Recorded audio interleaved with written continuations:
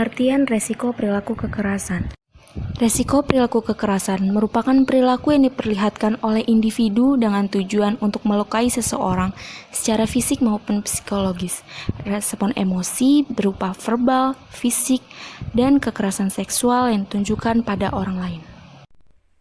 Tanda dan gejala perilaku kekerasan seperti yang pertama, muka memerah serta tegang. Kedua, mata melotot atau pandangannya tajam. 3. Tangan seperti mengepal. 4. Bicara kepada orang lain secara kasar. 5. Disertai suaranya tinggi.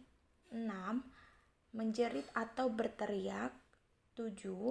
Melempar atau memukul benda maupun orang lain. 8. Merusak barang di sekitar. 9. Mengancam secara verbal maupun secara fisik kepada orang lain. Halo, di sini saya akan menjelaskan respon perilaku kekerasan seseorang. Yang pertama, yaitu ada asertif. Apa sih itu asertif? Asertif itu sendiri adalah kemarahan yang dirasakan atau diungkapkan tanpa menyakiti orang lain. Nah, lalu yang kedua adalah frustasi. Frustasi banyak ya yang udah dengar, tapi frustasi ini di sini adalah respon yang terjadi akibat gagalnya seseorang mencapai suatu tujuan. Oke, sampai sini sudah paham? Nah, lalu yang ketiga adalah pasif. Pasif apa sih pasif? Pasif ini adalah seseorang yang tidak mampu mengungkapkan perasaannya. Nah, biasanya ini seseorangnya tuh kayak dia tuh pemalu, terus lalu dia pendiam dan sulit untuk diajak bicara. Seselawan jenis atau sesama jenis pun dia sulit, dan dia tuh kayak minder, kayak insecure karena dia tuh merasa kayak dia tuh kurang mampu gitu atau kurang percaya diri.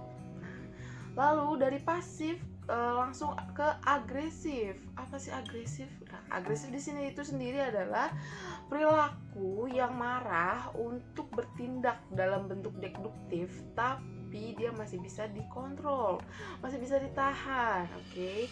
Nah, biasanya karena dia masih bisa ditahan, biasanya cuma kayak ekspresif, mukanya musam, cemberut.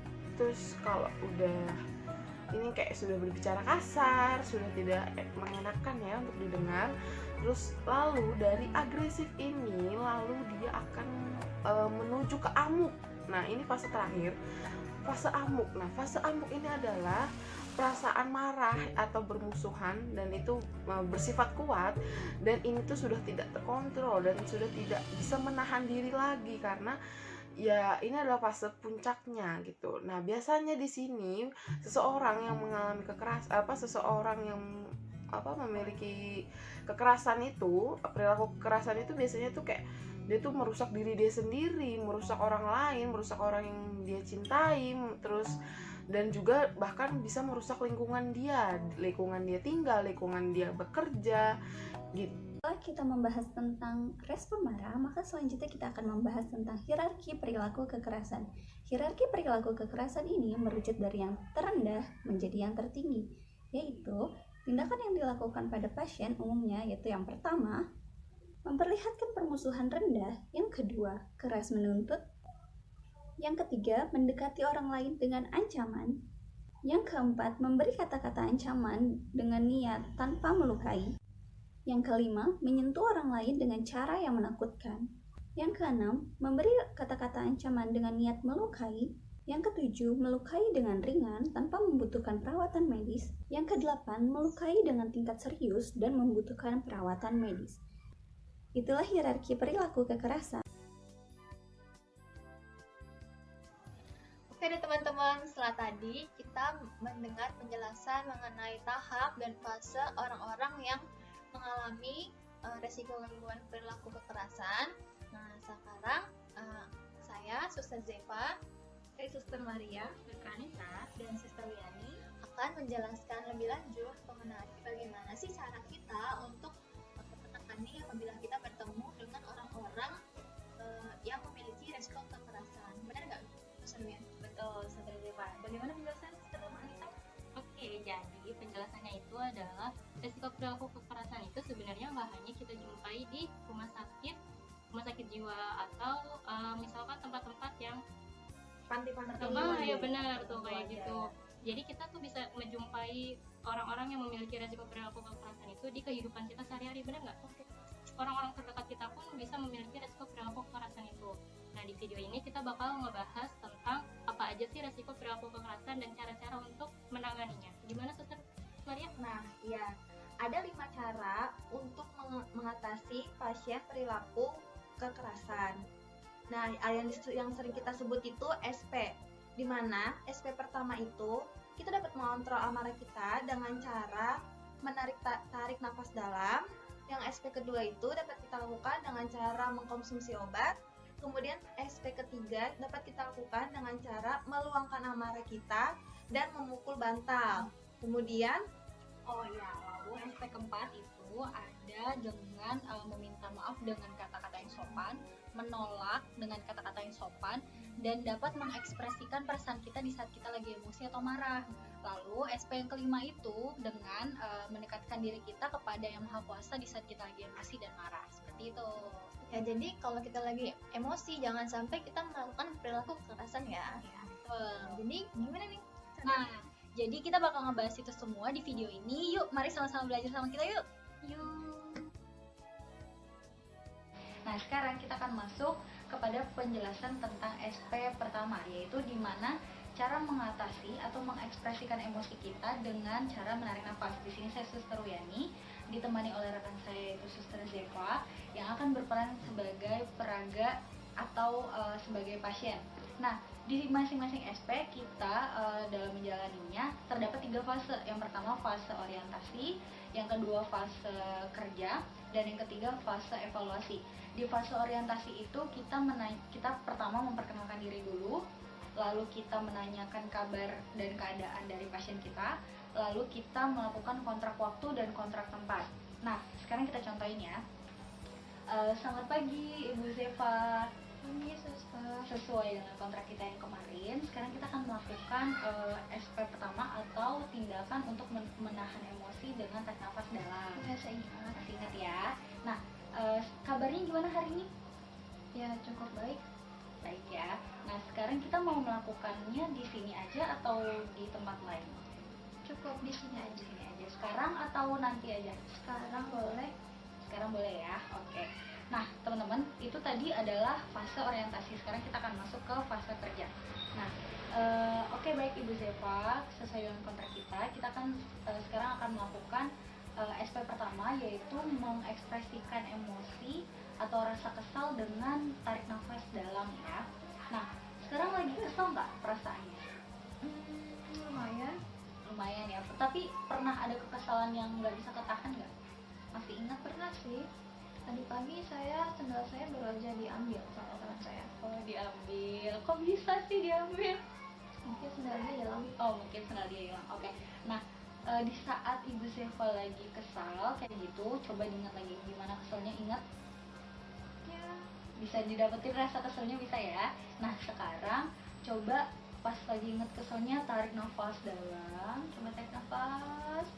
Tahan 3 detik. 1, 2, 3. Hembuskan dari mulut pelan-pelan.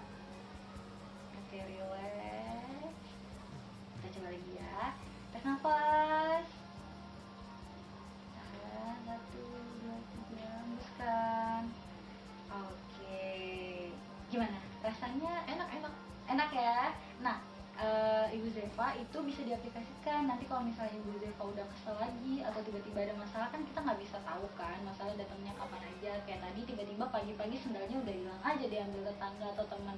Nah, itu bisa diaplikasikan daripada Ibu Zeva malah karena kesel marah-marah atau berperilaku kasar sama diri sendiri gitu kan, mukul-mukul diri sendiri. Jadi lebih baik tarik nafas dalam kalau lagi emosi atau ada marah. Oke. Nah, teman-teman, kita sekarang udah melewati fase kerja. Sekarang kita akan masuk ke fase evaluasi. Baik, Ibu Zeva, sekarang bagaimana? Udah mengerti belum yang tadi kita udah praktekkan? Paham ya. Bisa diulangi lagi nggak tanpa aku ngajarin? Coba kalau lagi kesel gimana? ya kalau kita kesel, kita tarik nafas aja di dalam, terus kita keluarin pelan-pelan, nanti keselnya hilang. Oke, jadi itu dipraktekkan ya nanti kalau kesel lagi ya. Ya, mudah-mudahan Ingat ya. Oke teman-teman, jadi itu adalah fase evaluasi dari SP pertama atau meluapkan emosi dengan tarik nafas dalam. Menkominfo, ada 554 isu hoax soal COVID-19. 89 orang menjadi tersangka. Astaga, kenapa sih bisa-bisanya di tengah pandemi kayak gini orang bikin berita hoax? Ada-ada aja deh. Gimana sih? Oh ya, kata suster, kalau kita emosi harus tarik nafas dalam.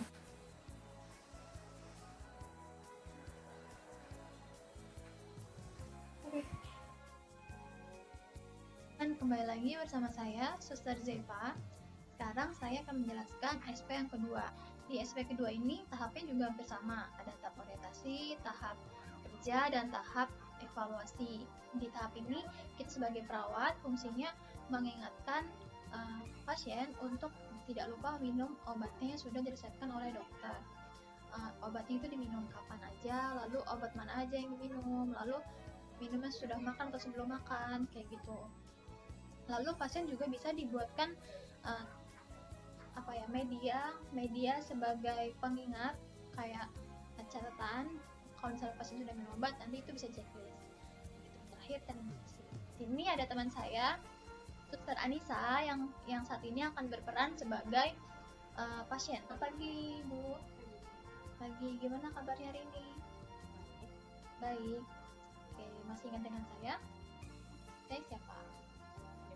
Oh iya, masih ingat ya, saya Suster Deva. Hari ini saya akan merawat Ibu lagi. Kemarin kita sudah kontrak ya Bu ya, untuk hari ini kita bertemu lagi. Masih ingat kita mau ngapain hari ini? SP kedua apa isinya, masih ingat? Obat ya. Oke, jadi hari ini kita mau membahas mengenai obat ya Bu ya. Oke, kalau begitu mau di mana kita membahasnya? Ya, oke, berapa lama? 5 menit cukup ya. Oke, berarti sekarang kita masuk ke fase kerja. Tadi pagi Ibu sudah minum obat? Yakin sudah? Ada berapa obat yang Ibu minum? Ada 2 obat. Ada warna apa aja? Merah dan kuning. Oke, merah dan kuning. Oke, jadi Ibu sehari berapa kali minum obatnya? 3. Jangan lupa ya diminum terus. Oke, kemarin saya sudah berikan list untuk checklist untuk minum obatnya setiap hari. Masih ada checklistnya? Yang warna putih yang sudah dibuat juga? Iya betul, yang warna putih. Oh iya, oke. Nah, jadi kita bisa berikan kertas seperti ini untuk media pasien menuliskan atau menandai apakah dia sudah minum obat atau belum di hari itu. Ini benar ya, tanggal 16 Juni Ibu Anissa sudah minum obat merah 1 checklist, kuning 1 checklist. Oke. Berarti Ibu Anissa sudah baik ya, tiap hari melakukannya, ini tidak ada yang bolong. Oke, jadi selanjutnya Bu Anissa akan melakukan apa? Rajin apa? Benar, rajin minum obat. Benar ya, jangan bolong-bolong ya Bu ya. Oke, kalau gitu.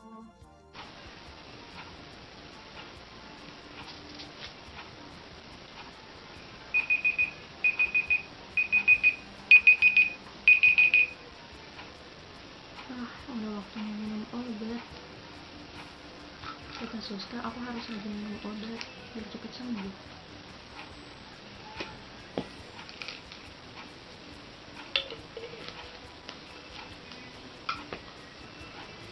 Minum obat 3 kali sehari. 2 obat, warna merah sama warna biru. Oke.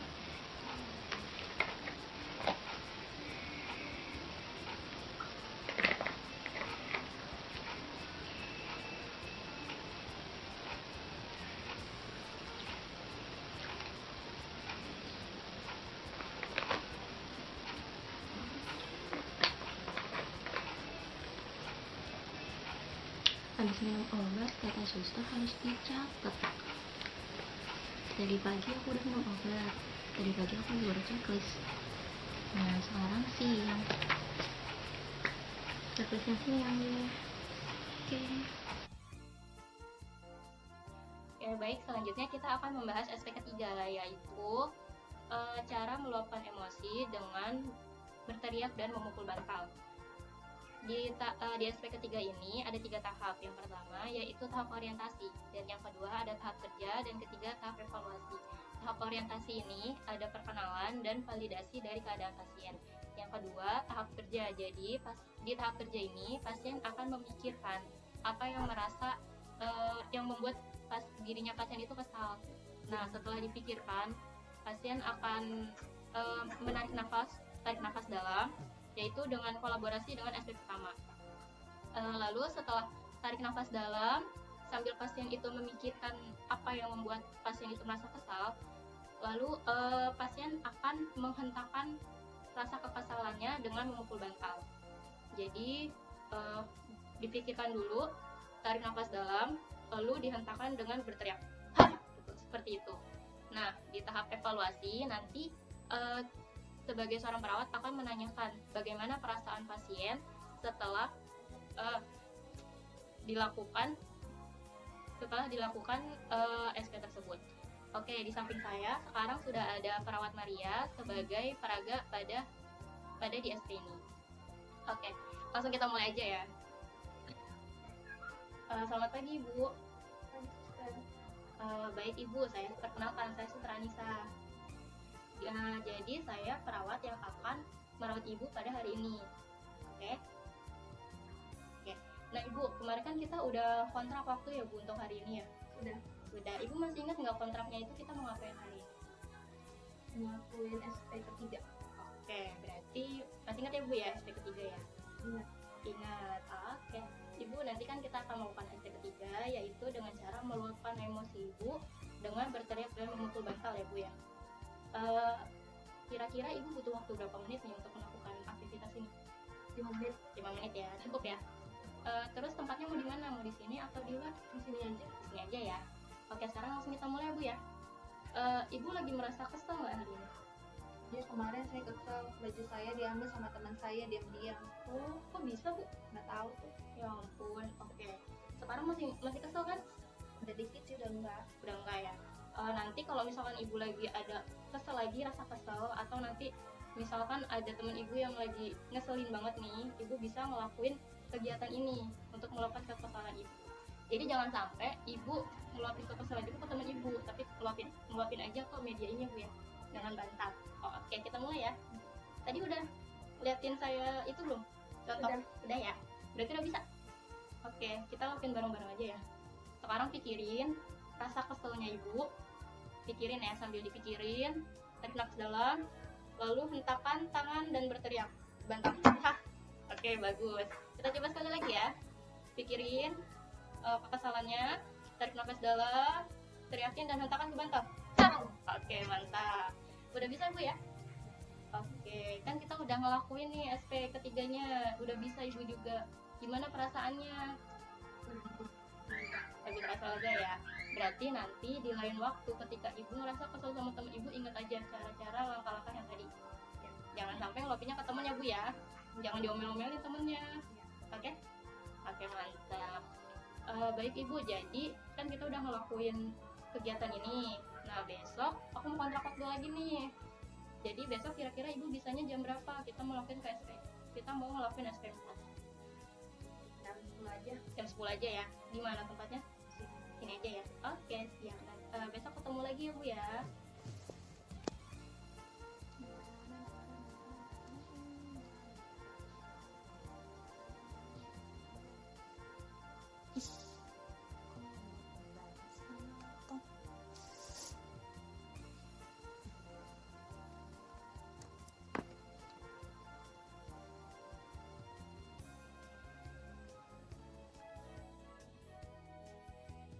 Sebelumnya di sini saya Suster Maria sebagai perawat, kemudian di sini di samping saya ada Suster Wiani sebagai pasien atau peraga. sekarang kita masuk ke fase kerja, fase SP4, di mana yang sudah dijelaskan tadi, SP4 itu kita dapat mengontrol amarah kita dengan cara meminta maaf dan menolak sesuatu dengan sopan dan mengungkapkan perasaan. Nah, di sini akan coba kita lakukan ya. Nah, jika misalnya Suster Wiani ditawarkan sesuatu namun itu tidak sesuai dengan harapan atau yang di hatinya Mbak Wiani, bisa Mbak Wiani tolak dengan meminta maaf dengan berkata sopan. Coba dilakukan. Ceritanya aku lagi dalam keadaan yang gak sesuai sama yang aku mau berikan. Aku minta maaf dan menolak ya. Maaf ya, kayaknya nggak sekarang dulu deh, nanti aja. Kayak gitu benar? Yes, benar. Nah, itu bisa Mbak Wiani terapkan. Iban, pengamen, I confess, I'm still afraid and weak. I confess, I need you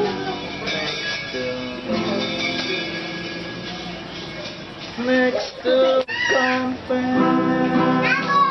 I'm still afraid and weak. Jangan sih, nggak bawa lagi nonton drama Korea. Confess, there's so much I can't see.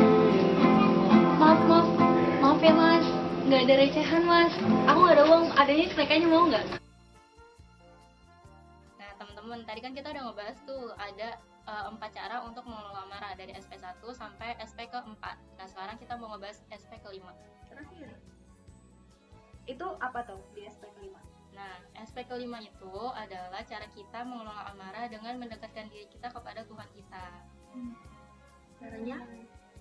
Kita rajin berdoa, rajin beribadah menurut agama dan kepercayaan kita masing-masing. Tentu saja itu bisa membuat hati kita lebih terasa damai. Jadi walaupun kita se-emosi apapun, semarah apapun, semoga dengan kita mendekatkan diri dengan Tuhan, kita bisa lebih tenang Dan damai ya, karena itu emang yang terpenting ya sus.